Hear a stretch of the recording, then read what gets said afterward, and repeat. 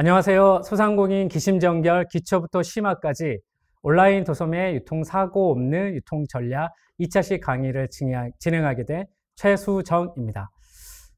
이 강의는 방역 수칙을 지키면서 촬영하고 있습니다. 소상공인 기심정결 기초부터 심화까지 2차식 목차는 국내 유통 채널 및 유통사, 유통시작 전 유통점검, 유통시장 조사, 유통판로 개척, 유통설계, 유통사 섭외 및 유통진행, 유통확장 및 유통정리 목차로 진행토록 하겠습니다. 자, 유통 진행하기 전에 유통 프로세스를 먼저 좀 큰 그림을 알려드리고자 하는데요. 자, 여기 내용을 보면 유통을 처음 시작하게 되면 유통 준비를 해야 됩니다. 근데 유통 준비가 안 되면 유통 준비를 할 수 있는 단계로 넘어가야 되는데 먼저 유통 기준을 세워야 되는데요. 유통 기준이라는 게 가격 기준, 반품 기준, 배송 기준, CS 지원, 샘플 기준 이런 부분들을 실적으로 디테일하게 세우는 게 유통 기준입니다. 그리고 유통 준비가 되면 과대 광고나 법적인 문제를 해결해야 됩니다. 이 부분들이 해결이 되지 않고 유통을 시작하게 되면 정말 유통 판로 개척이 한참 잘 진행이 되고 있을 때 문제가 됩니다. 발목을 잡을 수 있기 때문에 이 부분들은 정말 언제나 화장품이나 건강기능식품 제품군이라면 특히 잘 유심히 준비를 하셔야 됩니다. 그리고 상세 페이지와 상품 제안서를 잘 준비해야 되는데요. 상품 제안서는 표준 규약이라는 기보다는 본인이 유통사나 아니면 유통 판로 개척에 도움이 될 수 있도록 엑셀이나 파워포인트로 준비를 하면 됩니다. 그리고 과대 광고에 싫지 않는 내용들은 상품 제안서에 약간 좀 과장을 해서 올려도 되기 때문에 상세 페이지에 없는 내용들은 상품 제안서를 통해서 보완을 할 수가 있기 때문에 유통 준비할 때 이런 부분들은 준비하시면 도움이 됩니다. 그리고 유통 준비가 끝나면 유통 설계를 할 수가 있습니다. 유통 설계가 끝났을 때 유통사 섭외를 하는데요. 뒤에 유통 설계를 왜 해야 되는지, 그리고 유통 설계를 했을 때 어떻게 유통사 섭외가 가능한지 이런 부분들은 뒤에서 다시 설명해 드리도록 하겠습니다. 유통 설계가 끝나면 결국은 유통 진행을 할 수가 있습니다. 그런데 내가 유통 채널을 알 수가 없어요. 유통사가 어떤 유통사가 있는지 알 수가 없다면 유통사 섭외가 어렵습니다. 그래서 유통 설계 후에 실질적으로 상품 제안과 상품 공급을 할 수 있는 유통사를 섭외해야 됩니다. 근데 유통사 섭외를 할 때 네이버나 아니면 검색을 했을 때 B2C 판매사들한테만 섭외를 하는 게 아니라 기업 특판도 섭외를 해야 되고 복지몰, 폐쇄몰도 섭외를 해야 되고 종합몰도 섭외를 해야 되고 아니면 공동구매 중에 SNS나 아니면 카페 공동구매 유통사도 섭외를 해야 됩니다. 마케팅 유통사도 있기 때문에 그런 유통사도 섭외를 해야 됩니다.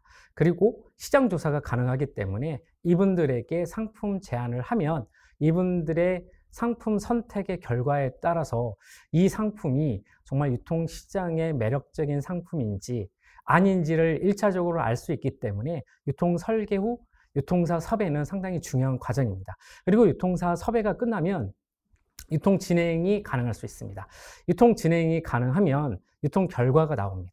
왜냐하면 내 상품이 현재 유통 트렌드에 도움이 될 경우에는 매출이 발생합니다. 근데 매출이 정말 하나도 발생하지 않고 시간만 일주일, 2주일, 3주일, 한 달, 3개월 지난다고 그러면 이 부분들은 좀 생각을 해봐야 됩니다. 그리고 유통 결과가 한 달 후에 아니면 3개월 후에 6개월 후에 분기별로 어느 정도 이제 결과값이 나왔을 때 매출에 도움이 되고 유통 판로 개척이 가능하다고 생각이 들면 결국은 유통 확장이 가능합니다. 유통 확장이 되면 유통 보완이 되고요. 근데 유통 확장이 안 될 경우 그러면 유통 정리를 빨리 해야 됩니다. 왜냐하면 대체적으로 유통 세계에 발을 디뎠을 때 문제가 있습니다. 회복하지 못할 정도로 내 상품이 정말 애착을 갖고 유통 판로 개척을 하고 있지만 실질적으로 회복하지 못할 정도로 망하게 되면 이 부분들은 영원히 유통 세계에서 만날 수가 없습니다. 그래서 가끔 제조사분이나 아니면 수입사분들 중에 너무 무리한 투자를 해서 그리고 지금 유통을 어느 정도 진행을 했을 때 결과값이 나왔는데 그래도 나는 끝까지 갈 거야. 내가 잘 알아. 내가 책임질 거야. 하고 유통을 밀어붙였을 때 결과는 나중에 회복하지 못하는 경우가 많았습니다. 그분들은 뭐 정말 상상하지 못하는 문제들이 생겼고요. 그리고 뭐 집도 담보가 잡히는 경우도 있었고요. 그리고 어떤 분들은 여태까지 다 일구 왔던 부분들을 잃어버린 경우도 제가 지켜본 적이 있습니다. 그래서 이런 프로세스를 제가 만든 이유가 있습니다. 왜냐하면 유통이나 판매나 아니면 모든 사업을 시작을 할 때 기준을 정리를 하고 그 기준에 따라서 준비를 하고 그 준비 과정 중에 그 다음에 스타트를 해야 되는데 대부분은 내가 만들고 내가 잘 알아 준비가 부족하고 수준이 낮은데 유통을 시작하고 사업을 시작하는 분들이 많았습니다. 그분들이 예전에는 잘 되는 사례들이 있었어요. 운이 좋아서. 물론 사업이 유통 준비를 잘 한다고 해서 성공하고 뭐 안 되는 경우는 아니에요. 물론 실패도 할 수 있고 어떤 경우는 유통 준비가 부족한데 성공을 할 수도 있어요.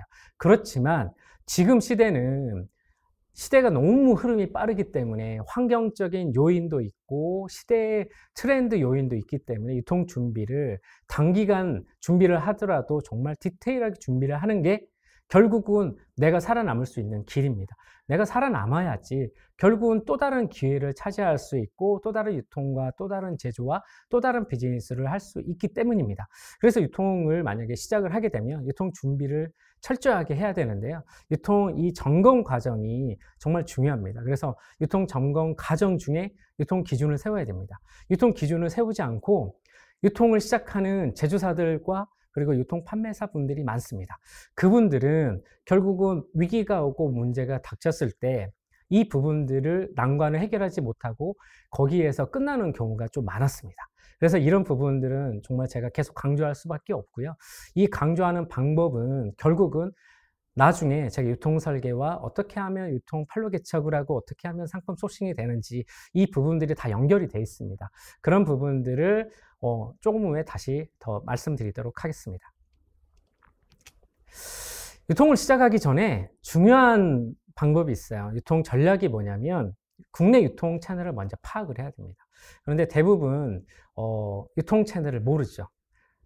스마트 스토어, 오픈마켓, 종합몰, 뭐 공동구매, 복지폐사몰 이 정도까지만 알아도 유통을 좀 알고 시작한다고 생각을 하는데 그 이상을 나가면 정말 유통사가 많거든요.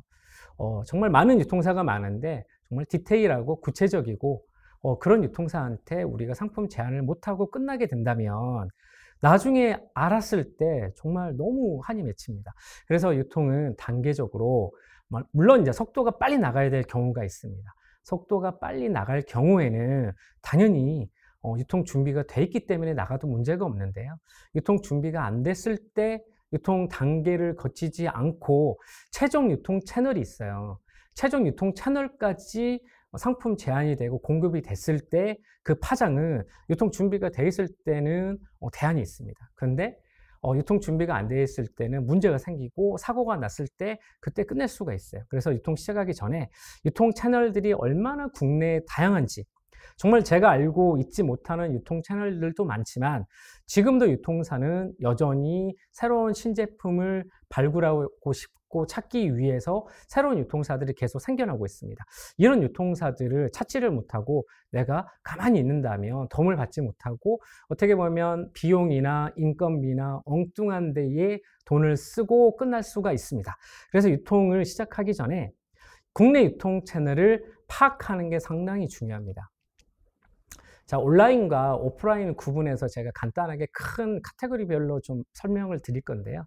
온라인 같은 경우는 오픈마켓과 종합몰을 요즘은 B2C 채널로 하나로 묶습니다. 그리고 네이버 스마트 스토어, 라이브 커머스가 있고요. 그리고 소셜 커머스 쿠팡이 있습니다. 요즘은 쿠팡 외에 별로 생각이 잘 안 납니다. 위메프도 있고 다양한 채널들이 많은데 쿠팡이 워낙 유명하고 그 다음에 이제 독보적으로 나가고 있기 때문에 쿠팡과 스마트 스토어, 오픈마켓, 종합몰 순으로 요즘은 많이 상품 공급과 유통 판로 개척이 되고 있는 상황들입니다. 그리고 공동구매가 있는데요. 예전에 카카오 공동구매가 상당히 유명했지만 지금은 인스타그램 공동구매가 거의 주류를 이루고 있습니다. 그래서 물론 여전히 카카오 공동구매 채널은 매력적인 채널입니다. 그렇지만 그 시장은 준비가 어느 정도 정리가 돼 있습니다. 그래서 제대로 된 카카오 유통 벤더사나 카카오를 운영하는 유통 채널사한테 상품 공급을 하지 못한다면 도움이 안 될 수가 있습니다. 지금은 이제 인스타그램 쪽을 마케팅과 그다음에 유통 판로 개척 차원에서는 상당히 중요한 채널이 됐습니다. 그래서 인스타그램은 이제는 SNS 공동 구매는 예전과 다르게 B2C 판매 채널과 SNS 공동 구매를 동시다발적으로 같이 진행해야 되는 상황들이 지금은 벌어지고 있습니다. 왜? 매출도 일어나지만 브랜딩도 되기 때문에 어느 정도 매출과 브랜딩이 되면 그 외에 다양한 채널들한테 확장하기에는 오히려 쉬워지기 때문입니다. 그래서 이제는 예전에는 오픈마켓과 뭐 단계별로 이렇게 시작을 했지만 지금은 SNS와 오픈마켓과 B2C와 뭐 동시다발적으로 유통을 시작하는 사례들이 많이 나타나고 있습니다. 그리고 종합 쇼핑몰도 있고요. 복지몰, 폐쇄몰인데 복지몰, 폐쇄몰 같은 경우는 제가 간단하게 설명해 드리면 기업 중에 포인트를 지급하는 게 있어요. 예를 들어서 예전에는 보너스를 현금으로 줬지만 현금으로 지급하지 않고 특정 포인트를 줘서 그 포인트가 1년 안에 의무적으로 써야 돼요. 물론 이제 기관 아니면 공무원, 단체, 아니면 포인트를 주는 대기업 뭐 이런 몰들이 있는데요. 이런 분들은 의무적으로 쇼핑몰에 들어와서 물건을 구입을 해야 되기 때문에 매출에 도움이 됩니다. 근데 이제 이런 복지 폐쇄몰에 입점하기가 쉽진 않죠. 뭐 이지웰 같은 복지몰 운영사도 있지만 그 외에 직접 운영하는 복지 폐쇄몰도 되게 많습니다. 근데 그런 복지 폐쇄몰들은 수백 개가 되는데 일일이 내가 상품 제안을 한다든지 아니면 상품 공급을 하고 관리하기는 어렵죠. 그래서 유통 벤더사 아니면 내가 어떤 특정 유통사한테 물건을 공급을 해서 그 유통사가 나 대신에 유통 복지몰이나 폐쇄몰에 상품 공급을 하고 매출을 일으킬 수 있도록 도와드리는 게 도움이 될 수도 있습니다. 그리고 홈쇼핑과 인포머셜도 있고요.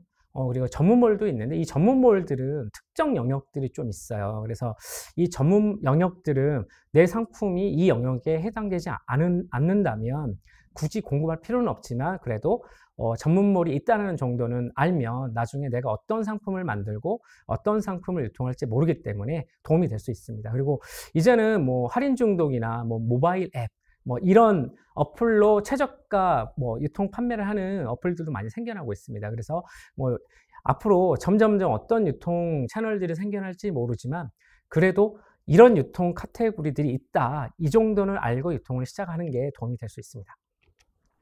자, 유통 큰 대형 카테고리 영역으로 나눴지만 지금 또 이제 온라인을 유통을 진행하려면 이렇게 디테일하게 좀 나눠야 돼요. 네이버는 지금 어떤 유통 채널들이 잘 나가? 물어보면 대답을 할 수 있고 그쪽에 상품 제안과 공급을 할 수 있어야 됩니다. 네이버 같은 경우는 스마트 스토어가 있고 라이브 커머스가 있어.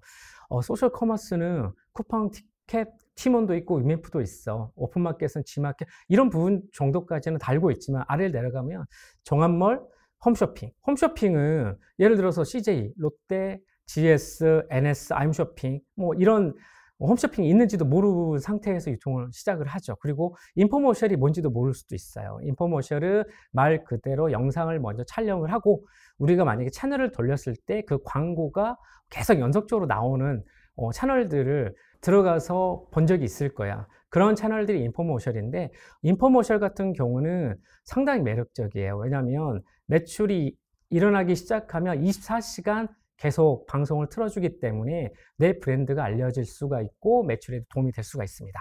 그리고 복지 폐쇄몰도 운영사도 있지만 직접 복지몰을 운영하는 회사도 있다는 거. 그리고 전문몰은 카테고리별로 판촉, 애견, 패션, 밀키트, 골프용품, 인방몰, 반품몰 등 이렇게 전문적으로 좀 나눠져 있어요. 근데 이런 몰들은 직접 찾는다든지 아니면 유통 전문 서적이나 아니면 전문 유통 카페에 가면 정보들을 쉽게 얻을 수 있으니까 먼저 유통 채널들을 파악을 해서 내가 어떤 유통 채널들한테 상품 공급을 해야 될지 먼저 판단을 하는 것도 도움이 됩니다.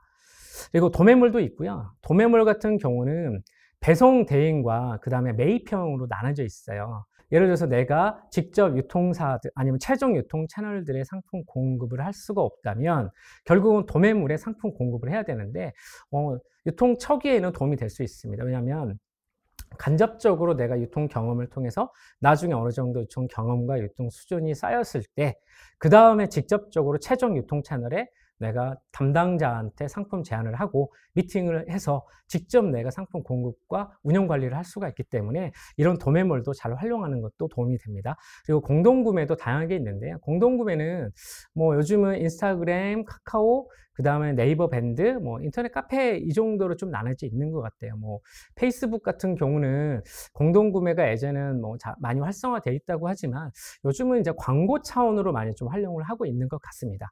그리고 카카오 같은 경우도 메이커스나 아니면 선물하기 이런 부분들을 잘 활용하면 상당하게 도움이 됩니다.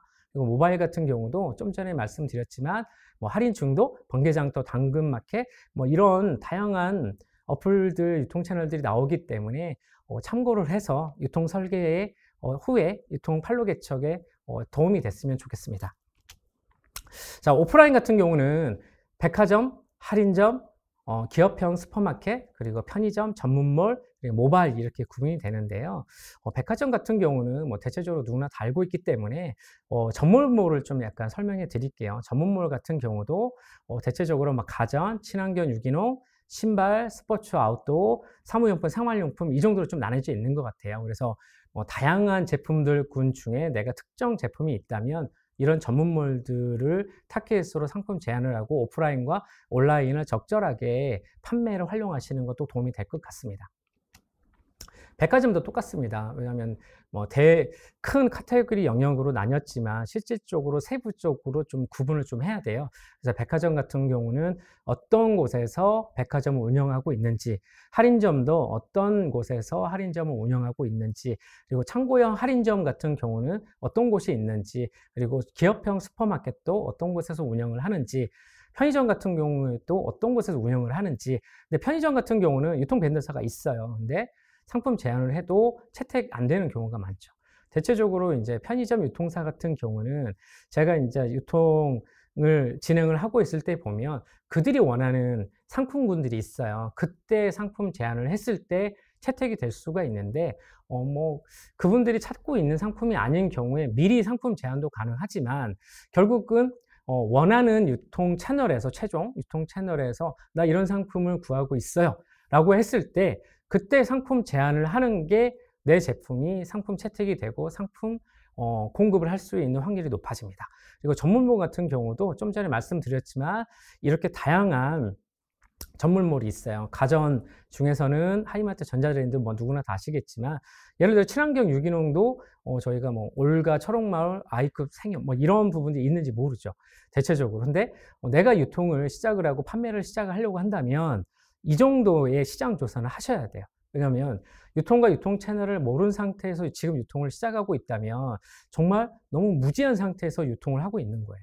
나중에 가격이 무너졌을 경우에 이런 채널이 있는지도 모르는 상태에서 B2C에서 승부를 보고 아니면 승부가 안 났어요. 가격은 무너졌어. 물론 이런 채널에 상품 공급을 한다고 해서 상품 제한을 한다고 해서 상품 공급도 안 될 뿐더러 유통 판로 개척이 안 될 확률이 높죠. 그래서 가격은 절대 무너져서는 안 되고요. 그리고 이런 유통사들을 먼저 시장 조사와 그 다음에 이런 유통사들이 있다라는 거 알고 먼저 유통 계획과 유통 설계를 하고 유통 진행을 하는 게 상당히 도움이 됐고 남다른 경쟁력을 가질 수가 있습니다. 모든 유통 채널에 대부분 유통을 시작을 할 때 어떤 욕심이 생기냐면 내가 만약에 유통 시장 분석을 했어요. 좀 전에 제가 이제 온라인과 오프라인 유통 채널들을 제가 이제 소개해 드렸잖아요. 그러면 욕심이 들죠. 나 모든 유통 채널의 상품 공급 제한을 좀 해야 되겠어. 당연한 거죠. 그런데 제가 1차시 때도 말씀을 드렸지만 주문은 적은데 업무만 늘어날 수가 있어요. 만약에 50군데에 100군데에 상품 제안을 했어.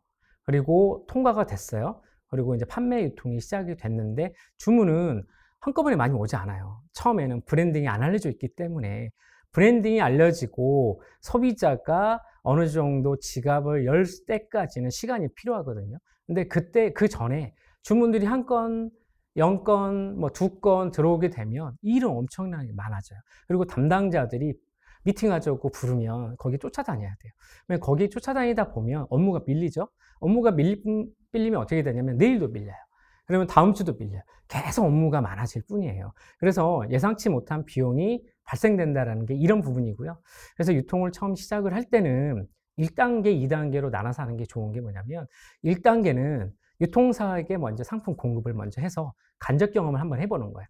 유통 경험을 축적을 하고 2단계로 넘어가죠. 왜냐하면 직접 내가 유통 채널에 이런 준비를 해서 상품 제안을 해야겠구나 라고 몸에 배어있기 때문에 대비를 할 수가 있어요. 그리고 대형 유통 채널 같은 경우는 MD가 분명히 전화를 하고 만약에 피드백을 줬을 때 그 부분들을 즉각적으로 해결하지 않으면 문제가 생길 수가 있기 때문에 그러면 그런 부분들도 안 상태에서 상품 제안을 했을 때 준비가 돼 있는 거죠. 그러면 직원들도 적절하게 고용을 할 수가 있고 상품 공급도 가능하기 때문에 오히려 비용을 낭비하지 않고 유통 판로 개척에 도움이 될 수가 있습니다. 그래서 유통 초기에는 유통 리스크를 줄이는 것도 경쟁력이고 능력입니다.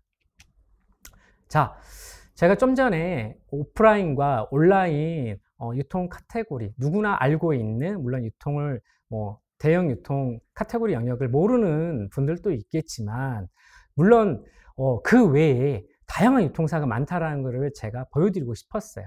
왜냐하면 대부분 이제 가격이 무너지고 유통 판로 개척이 막혔을 때 내가 어떤 채널한테 상품 공급을 해야 될지 몰라요. 근데 저는 4년 동안 유통사를 관찰하고 추적했던 경험과 그 다음에 결과값을 가지고 있기 때문에 예를 들어서 어떤 특정 상품이 나와요. 그러면 이 상품은 어떻게 유통을 해야겠다. 어떻게 유통 공급을 하고 어떤 유통 로직을 통해서 내가 이 상품을 마케팅과 유통을 해야겠다는 머릿속에 그림과 계획이 나오는데 대체적으로 유통 채널과 그리고 내가 알지 못하는 유통사들이 많다 보니까 그분들한테 상품 제안도 못하고 유통 기한이 임박돼서 결국은 덤핑 세계로 간다든지 아니면 덤핑 세계도 유통 임박된 제품들을 아무 제품이나 받아들이진 않아요. 왜냐하면 그분들도 유통을 해야 되기 때문에 그분들 유통 시장에서 유통이 가능한 상품들만 유통 임박 제품도 받아들이는 거거든요. 근데 대부분 착각하는 게 유통 덤핑 하시는 분들이 예전에는 약간 좀 뭐랄까 좀 남다르게 좀 본 적이 있어요. 근데 요즘 유통 덤핑은 자본 가지고 움직이는 분들이 많으세요. 그래서 유통 임박한 제품만 사는 게 아니라 유통 판로 개척을 못해서 판매를 못하는 제품들도 신제품들도 이분들이 구매를 해서 이분들이 유통 벤더사 입장에서 유통 설계를 하고 B2C, B2B, 오프라인 모든 채널에 상품 공급을 하고 유통을 하는 유통 전문가들이 많으세요. 예전과 좀 많이 시장이 바뀌어 있습니다. 그래서 이런 유통 다양한 전문가들이 있다라는 걸 좀 알았으면 좋겠고요. 실례로 좀 약간 몇 개를 좀 봐볼까요? 총 20여 개 총학생회, 대학생 공동구매 플랫폼 이런 곳이 있는지 모르죠. 근데 이런 곳에 맞는 상품을 내가 제조를 하고 있고 수입을 했다면 이런 유통사한테 상품 제안을 할 수가 있겠죠. 그리고 또 여기 보면 은행, 증권사, 중소기업체 여기는 이제 특판이라고 생각을 하시면 되세요. 이 특판 같은 경우는 특정한 행사나 명절이나 뭔가 행사가 있을 때 상품 소싱을 하기 때문에 미리 특판 같은 경우는 상품 제안을 하는 게 도움이 됩니다. 왜냐하면 그분들이 상품을 구합니다 라고 했을 때는 좀 많이 늦어요. 왜냐하면 내가 이분들이 이런 한 10,000개 정도, 5,000개 정도 상품을 구하네. 내 제품 만약에 딱 맞는 것 같아. 그러면 그때 제안을 했을 때 왜 안 되냐면 이분들이 요구하는 사항이 있어요. 왜냐면 선물이기 때문에 선물 케이스는 몇 cm 사이즈로 해주세요. 로고를 박아주세요. 이런 이제 가이드가 오기 때문에 그러면 늦은 거죠. 그래서 미리 특판사를 알게 되면 미리 상품 제안을 해서 유통 준비를 하는 게 도움이 됩니다. 그러면 채택이 됐을 때 채택되기 전에 요구가 오죠. 그러면 그런 부분들을 준비를 했을 때 솔직히 나한테 경쟁력이 있는 거죠. 그리고 학원관리 폐쇄물도 있어요. 학원 원장들, 우리가 모르는 유통 채널이 생각보다 많다라는 거예요. 근데 우리는 정말 큰 채널만 보는 거죠. 내 제품은 그 정도 채널 아니면 대형 채널 아니면 나는 들어갈 필요가 없어 라고 생각하고 제품을 만들었다면 되게 위험한 생각일 수 있어요. 왜냐하면 대형 채널에서 유명한 상품들은 결국은 마케팅이 됐고 유통 준비가 됐고 유통 과정을 거치고 엄청난 상품이기 때문에 거기 가 있는 거예요. 근데 대부분 마케팅 비용도 없고 브랜딩도 없고 회사가 연역이 짧은데 처음부터 대형 채널에 입점이 된다고 해서 대박이 나느냐? 절대 대박은 나지 않습니다. 왜냐하면 대박이라는 거는 어느 정도 내가 유통 준비가 되고 기간이 필요하고 마케팅 예산을 써서 소비자들한테 홍보를 했을 때 운이 그때 따랐을 때 대박이 오는 거지, 갑자기 내가 제품을 만들고 내가 유통을 시작을 했다고 해서 매출이 빵빵 나고 아니면 뭐 대박이 나는 상품들은 거의 없다고 보시면 됩니다. 그만큼 노력이 많이 필요하고요. 노력한 만큼 내가 유통 준비와 상품 개발과 아니면 마케팅도 적극적으로 해야지 된다는 겁니다. 만약에 마케팅 비용도 예산도 부족하고 유통 준비를 했는데 유통 판로 개척이 대형 채널에 입점하기 어렵다.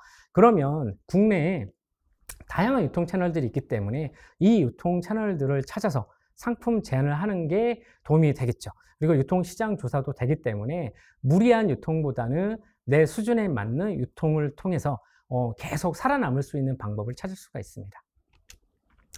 자, 유통 시작 전 유통 점검을 좀 해야 되는데요. 유통의 속성과 함정, 유통 서적에서 이제 이런 내용이 나와요. 첫 번째, 단독 결정, 그러니까 제품을 만들 때 시장 조사를 해봤어요.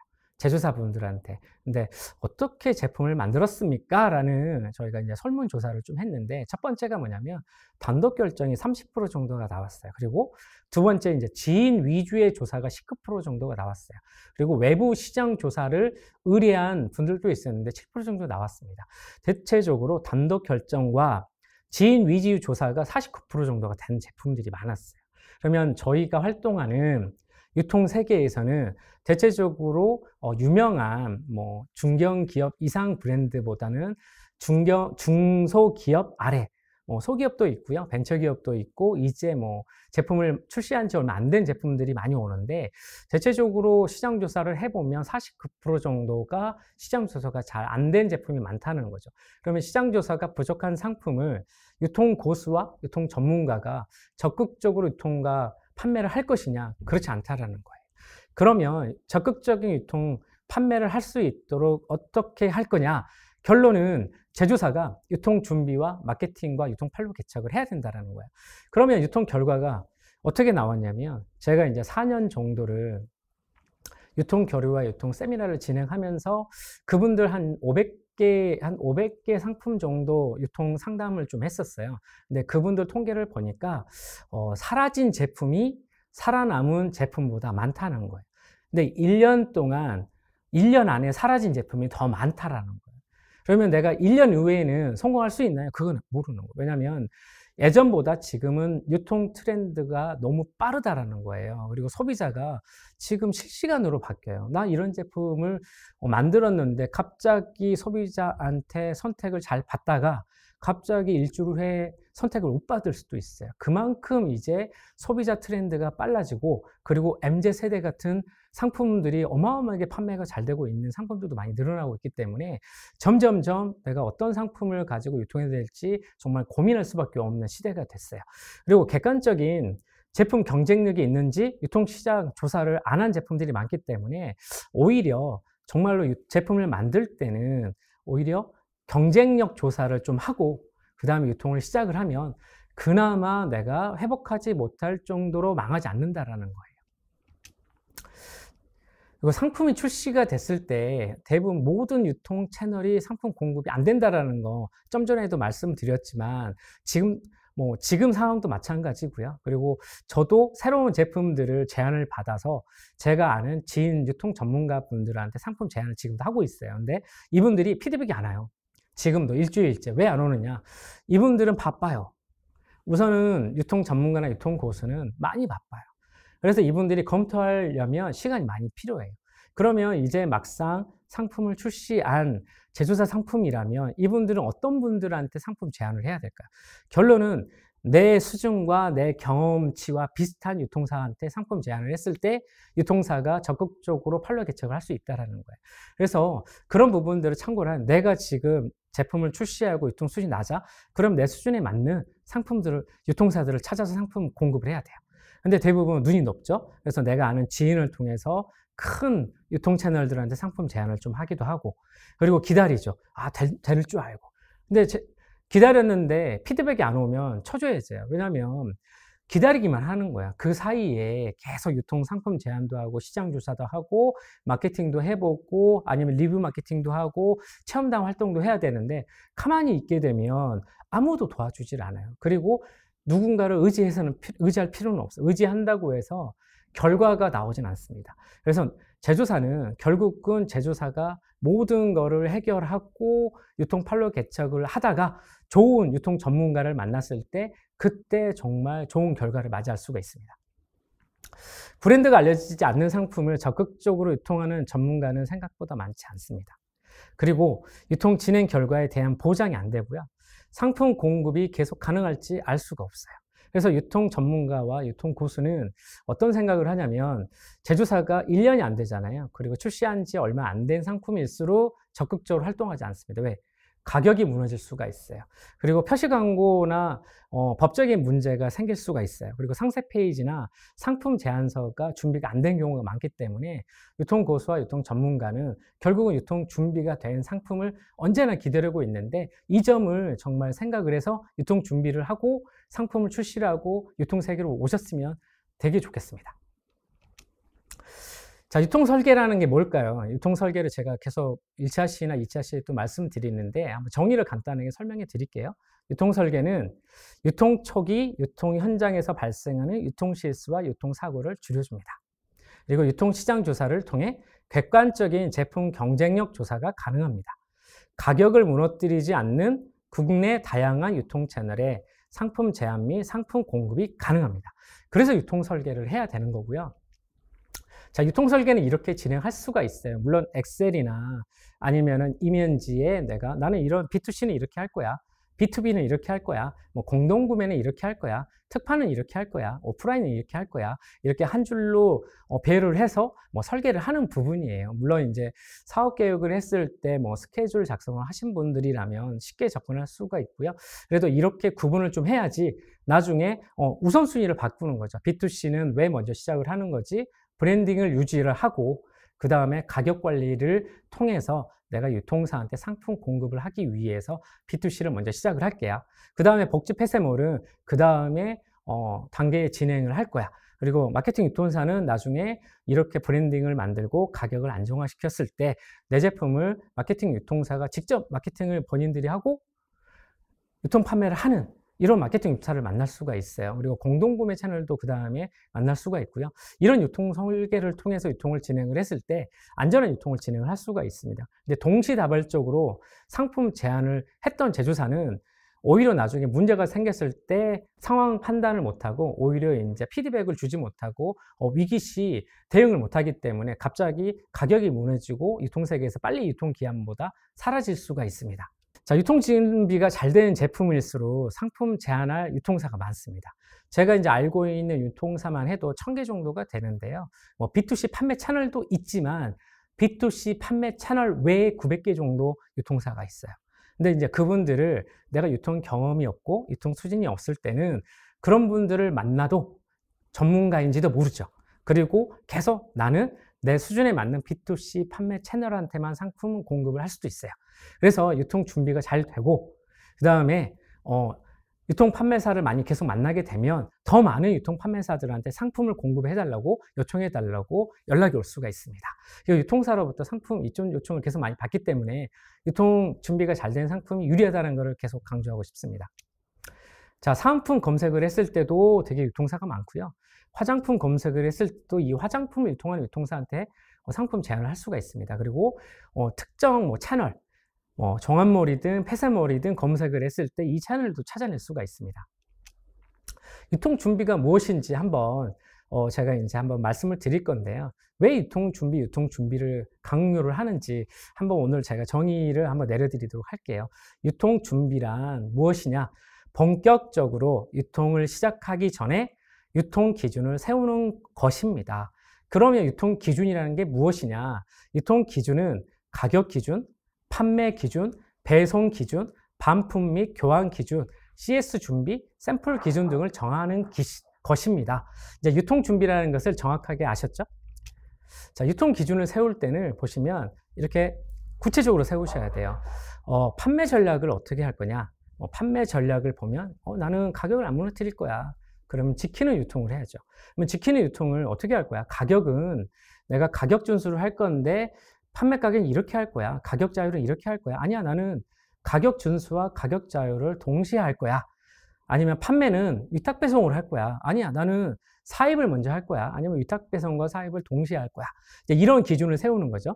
그리고 제품은 예를 들어 배송은 내가 어떻게 할 거야. 배송이라는 게 그런 거죠. 내가 마감 시간은 언제 할 건데, 그리고 가격 준수 판매처는 내가 예를 들어서 몇 명 정도 내가 공급을 할 거야. 그리고 복집 해산물의 집중, 입중 판매는 어떻게 할 거야. 이렇게 이제 판매 전략을 기준을 세우는 거죠. 그리고 오른쪽에 보면 마케팅 같은 경우도 뭐 타겟을 정하는 거죠. 마케팅 전문가분들도 있지만 유통도 결국은 마케팅의 일환이에요. 아니면 유통 안에 마케팅이 들어와 있죠. 그래서 유통 기준을 세울 때 마케팅 기준을 세우는 거죠. 방향 제시나 아니면 나는 어떤 마케팅 타깃을 어떤 여성일 거야, 남성일 거야, 연령층 어떻게 할 거야. 이런 부분 정해서 기준을 세우는 거죠. 자, 유통사 섭외에 대해서 한번 말씀을 좀 드릴게요. 왜냐하면 내가 물건을 가지고 있다, 아니면 수입을 좀 했다, 아니면 유통 판매를 하고 있다면 유통사 섭외를 좀 많이 해야 되는데 어떻게 하면 유통사 섭외를 할 수 있나요? 정말 보이지가 않아요. 코로나 이후 때는 유통사가 사라진 것 같아요. 그런데 유통 전문가와 고수는 지금도 활동을 하고 있어요. 이제 그분들이 어디에서 활동을 하고 있냐면 첫 번째 온라인 유통 카페에서 활동을 좀 하고 있는데요. 네이버 유통과학연구회, 유통노하우연구회, 온라인 유통센터 등등은 실질적으로 제조사와 수출 수입과 그 다음에 유통 판매사 마케팅 하시는 분들이 모여 있는 곳이에요. 그래서 이런 카페를 활용을 했을 때 정말 유통사도 섭외하고 예를 들어 유통 판로 개척에 도움이 될 수가 있습니다. 그리고 두 번째는 요즘은 이제 카카오 오픈 채팅을 많이 이용을 하세요. 근데 이제 카카오 오픈 채팅 유통사들을 찾기 어렵다 그러면 이분들이 유통 또 카페에서 활동을 좀 많이 하시거든요. 그러면 카카오 오픈 채팅 주소를 링크를 남겨서 그쪽으로 초대를 하죠. 카카오 오픈 채팅에 가입을 해서 거기에서 적극적으로 활동하고 상품 소싱도 할 수 있고 상품 공급도 할 수 있고 오히려 카페보다 카카오 오픈 채팅에서 퀄리티 있는 유통사와 상품을 만나는 케이스가 많다는 얘기를 지금도 많이 듣고 있거든요. 그래서 이런 카카오 오픈 채팅도 활용을 하는 게 도움이 됩니다. 그리고 이제 유통 전시회나 박람회가 하니까 이제는 방역이 예전 같지 않기 때문에 많이 자유로워졌기 때문에 지금 이제 오프라인 갔을 때 유통사 섭외를 할 수가 있고요. 유통사분들이 많이 활동을 하세요. 그리고 만약에 전시를 안 하더라도 딱 그 돌아다니다 보면 유통사 같이 보이는 분들이 있거든요. 저 같은 경우는 간혹 거기에 이제 교육을 한다든지 강의하러 갔을 때 유통사 같이 보이는 분이 있으면 명함을 막 드려요. 근데 느낌이 맞아요. 왜냐면 그분들이 상품 소싱하러 왔고 상품을 발굴하러 왔기 때문에 그분들한테 상품 제조사라면 명함을 드리는 게 나쁘진 않습니다. 그리고 이제 유통스타트라는 유통 플랫폼이 있어요. 제가 이제 운영하고 있는 유통 스타트 플랫폼이긴 하지만 여기에 이제 제조사 가입을 하면 유통사한테 상품 제안을 하고 유통 시장 조사를 할 수 있기 때문에 유통스타트 유통 플랫폼도 많이 활용하는 게 유통 초기에 상당히 도움이 될 수가 있습니다. 그리고 이제 유통 대행사들이 있어요. 유통 대행사가 요즘은 이제 지금 유통 벤더사하고 좀 다른데요. 유통 대행사는 어떤 분들이냐면 실제로 이분들이 유통을 하진 않아요. 근데 유통 벤더사분들은 실제로 이분들이 사입도 하고 위탁 판매를 통해서 정산도 하고 이렇게 진행을 하지만 유통 대행사는 내가 알고 있는 유통 채널들한테 연결만 해드려요.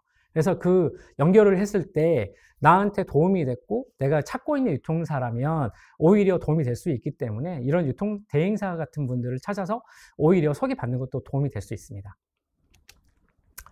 자, 유통 진행을 이제 시작을 하는데 유통 설계를 하고 그 다음 유통사 섭외를 했죠. 그러면 이제 유통 진행을 해야 되죠. 유통 진행을 할 때도 이제 구체적으로 저희가 이렇게 작성을 해요. 예를 들어서 이제 여기를 보면 공무원 공단 임직원물에 상품 제안을 하겠다. 이런 유통사가 있다. 그리고 이제 예를 들어 OK 캐시백에 상품 제안을 할 수 있는 이런 유통사가 있다. 머드투어, BP 마일리지샵 운영사가 있다. 근데 이 회사는 이런 회사다. 근데 이런 회사를 알아야지 상품 제안을 할 수가 있잖아요. 그래서 유통 설계 후에 내가 유통사를 알아야지 유통사 섭외를 하고 실질적으로 유통 진행하기 전에 이렇게 구체적으로 유통사 나열을 하고 나서 상품 제안을 하는 거죠. 자, 그러면 유통 실질적으로 진행을 하게 됐을 때 이렇게 구체적으로 할 수가 있어요. 왜냐하면 유통 설계를 하고 그 다음에 이제 유통사 섭외를 하고 유통 진행을 하면 내가 유통 진행을 했던 결과값들이나 내용값들을 정리를 좀 해야 되죠. 근데 여기 보면 대체적으로 사람들이 유통 진행할 때 정리를 하지 않아요. 내가 왜 어떤 유통 실수를 하고 내가 어떤 유통사한테 상품 제안을 했는데 그 유통사는 내 제품을 캔슬을 했어. 거절을 했어. 근데 왜 거절을 했는지 확인을 하지 않아요. 그냥 상품 제안만 계속 제안을 하는 거죠. 계속 상품 제안만 했다가는 문제가 있어요. 어떤 문제가 있냐면 내가 어떤 문제가 있는지 모른 상태에서 유통 판로 개척만 하기 위한 상품 제안이기 때문에 결론은 같은 카테고리 영역의 상품 제안을 하는 경우가 많아요. 그냥 공동 구매도 정말 많은 채널들이 있어요. 유통사가 있는데 공동 구매도 내 제품을 더 잘 팔 수 있는 유통사가 있는데 그분들한테 상품 제안을 해야 되는데 그분들이 아닌 내 상품을 관심이 없는 공동구매 유통사한테 상품 제안을 했을 때 그분들이 적극적으로 판매를 할 것이냐? 절대 판매하지 않습니다. 왜? 그분들은 본인들이 적극적으로 판매를 했을 때 매출을 일으킬 수 있는 상품들을 가지고 움직이기 때문에 제조사분들은 그런 부분들을 아셔야 돼요. 왜냐하면 내가 상품을 가지고 있고 내가 수입 상품도 있고 내가 유통 판매사지만 상품 공급을 하고 유통 판로 개척을 하고 싶어. 그러면 내 제품을 지켜주고 내 제품을 적극적으로 유통 판로 개척을 하고 마케팅과 판매를 할 수 있는 유통사와 벤더사를 만나야 되는 거죠. 그리고 최종 유통 채널에 상품 제안을 해야 되는 거죠. 근데 대체적으로 그냥 유통 경험이 없고 유통 수준이 낮고 유통 초보일 때는 마구잡이시 유통 제안을 하는 경우가 있어요. 왜냐하면 지금 저희가 현재 유통 플랫폼을 운영을 하고 있는데 제조사 중에 저희가 이제 한 유통사가 154개 정도 다양한 유통사가 있어요. B2C가 아닌. 근데 이분들한테 제조사분들이 한 번에 한 큐에 승부를 보려고 해요. 그러면 100군데 유통사한테 상품 제안 신청을 막 하는 거예요. 그러면 저희가 이제 관리자에서 보면 이분은 제품은 잘 만들었는데 유통 수준이 낮구나. 그러면 이분을 어떻게 유통 판로 개척에 저희가 도움을 드리고 싶었지만 결론은 이분들은 가격이 무너질 수 있고 그리고 유통 판로 개척을 할 때 제조사가 법적인 문제가 생겼을 때 응대를 못하고 서포트를 못하기 때문에 결국 유통사가 사고가 날 수 있고 유통사가 문제가 생길 수 있어. 그러면 이제 이분들의 제품은 적극적으로 판로 개척을 하지 못하도록 저희가 방지하는 기능이 좀 있습니다. 그래서 이제 이런 분들은 저희가 유통 판로 개척이 안 되도록 저희가 좀 약간 방지를 하고 있고요. 그래서 이제 참고로 해야 되는 게 결국은 사람과 사람과의 관계예요.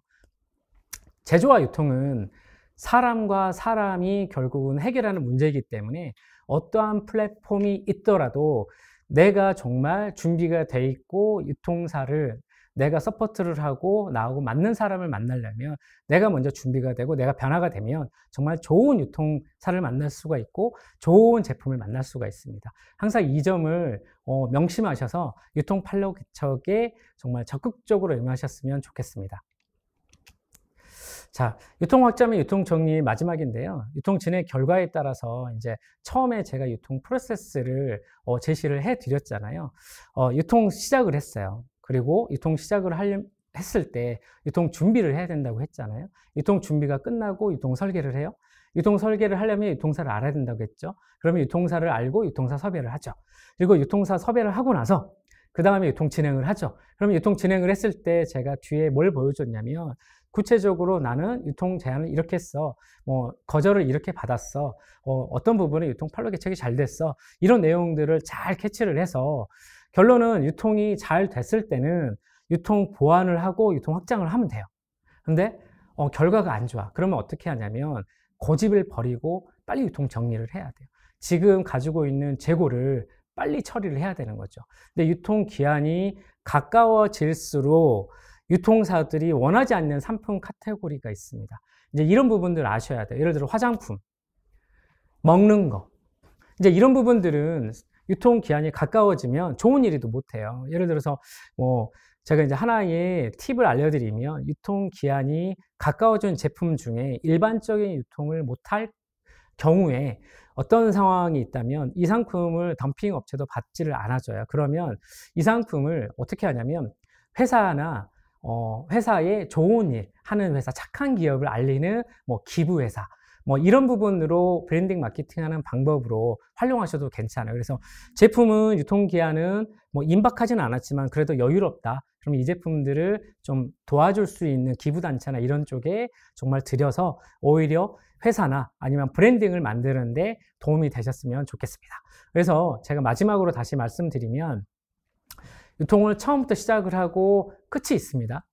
결론은 끝에 유통 확장을 할 거냐, 유통 정리를 할 거냐, 이런 부분들을 잘 결정을 해서 유통에 정말 유통 세계에서 사라지지 않고 앞으로도 계속 살아남아서 앞으로도 계속 기회가 오는 유통 판로 개척이 되길 바라는 마음입니다.